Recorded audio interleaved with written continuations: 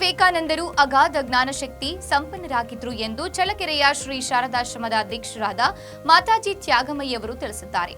ಚಳ್ಳಕೆರೆ ನಗರದ ವಾಸವಿ ಕಾಲೋನಿಯ ಶ್ರೀ ಶಾರದಾಶ್ರಮದ ದೇವಸ್ಥಾನದಲ್ಲಿ ಆಯೋಜಿಸಿದ್ದ ವಿಶ್ವಗುರು ಸ್ವಾಮಿ ವಿವೇಕಾನಂದ ಎಂಬ ಪ್ರವಚನ ಮಾಲಿಕೆಯ ದಿವ್ಯ ಸಾನ್ನಿಧ್ಯ ವಹಿಸಿ ಅವರು ಸ್ವಾಮಿ ಸದಾಶಿವಾನಂದರ ಸ್ಮೃತಿಗಳ ಬಗ್ಗೆ ವಿಶೇಷ ಪ್ರವಚನ ನೀಡಿದ್ದಾರೆ. ಈ ಪ್ರವಚನದ ಆರಂಭದಲ್ಲಿ ಶ್ರೀಮದ್ ಭಗವದ್ಗೀತೆಯ ಶ್ಲೋಕಗಳನ್ನು ಚಿರಂಜೀವಿ ನಂದನ್ ವಿಶ್ರುತ್ ಮತ್ತು ಕುಮಾರಿ ಪ್ರತೀಕ್ಷಾ ಅವರು ಪಠಿಸಿದ್ದಾರೆ.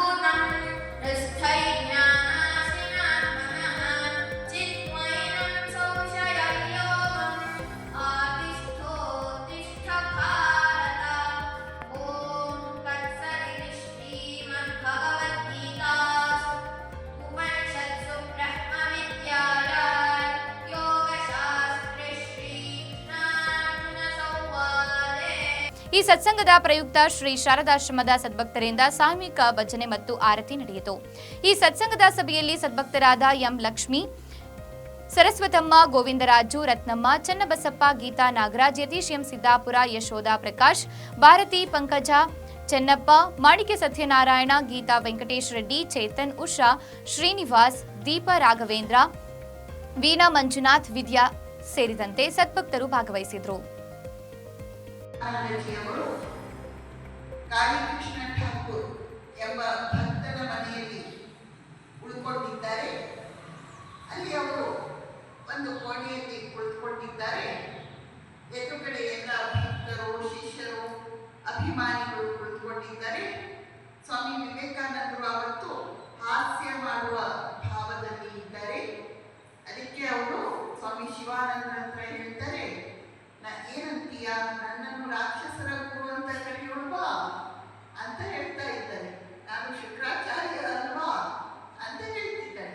ಅದಕ್ಕೆ ಕಾರಣ ಏನು ಅಂದ್ರೆ, ಸ್ವಾಮೀಜಿಯವರು ವಿದೇಶಿಯರಿಗೆ ಬೋಧನೆ ಮಾಡಿದ್ರಲ್ವಾ, ವಿದೇಶಿಯರನ್ನು ಆಗ ಭಾರತೀಯರು ಮ್ಲೇಚ್ಛರು, ರಾಕ್ಷಸರು ಅಂತ ಕರೀತಾ ಇದ್ರು. ಅದು ಒಂದು ಕಾರಣ. ಇನ್ನೊಂದು ಕಾರಣ ಏನು ಅಂದ್ರೆ, ಸ್ವಾಮೀಜಿಯವರ ಕಣ್ಣಿನ ಒಂದು ನರಕ್ಕೆ ಪೆಟ್ಟಾಗಿ ಬಿಟ್ಟಿತ್ತು. ಅದರಿಂದಾಗಿ ಅವರಿಗೆ ಕೊನೆಗಾಲ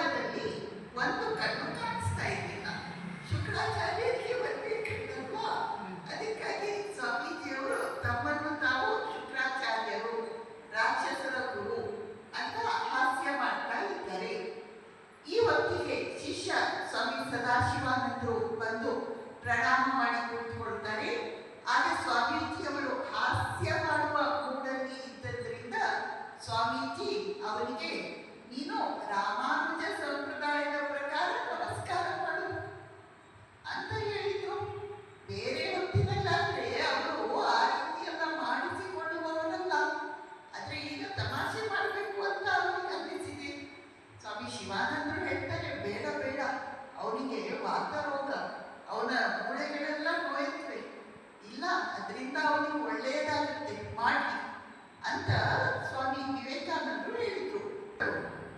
ತಮ್ಮನ್ನು ಭೇಟಿಯಾಗಲಿಕ್ಕೆ ಬಂದಿದ್ದಾರೆ, ಅವರು ಪಕ್ಕದ ಕೋಣೆಯಲ್ಲಿ ಕಾಯ್ತಾ ಇದ್ದಾರೆ ಅಂತ ಹೇಳಿದ್ರು. ಈಗ ಸ್ವಾಮೀಜಿಯವರ ಭಾವ ಪೂರ್ಣ ಬದಲಾಯಿತು.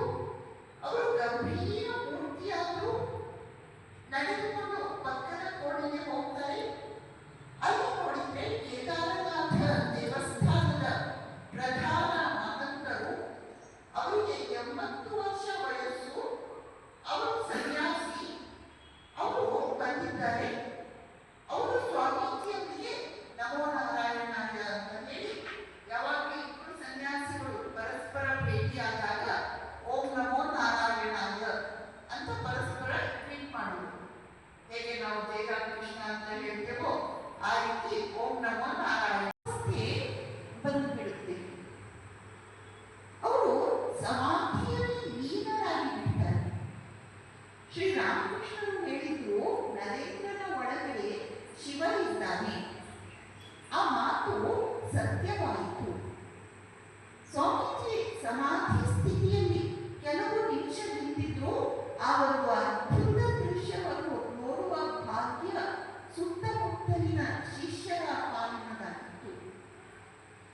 ಬಳಿಕ ಸ್ವಾಮೀಜಿ ನಿಧಾನವಾಗಿ ನಡೆದುಕೊಂಡು ಹೀಗೆ ಸುತ್ತು ಹಾಕಿಕೊಂಡು ಹೋಗಿ ಕೇದಾರನಾಥ ಸ್ವಾಮಿಯ ಮುಂದೆ ನಿಂತ್ಕೊಳ್ತಾರೆ. ಅದು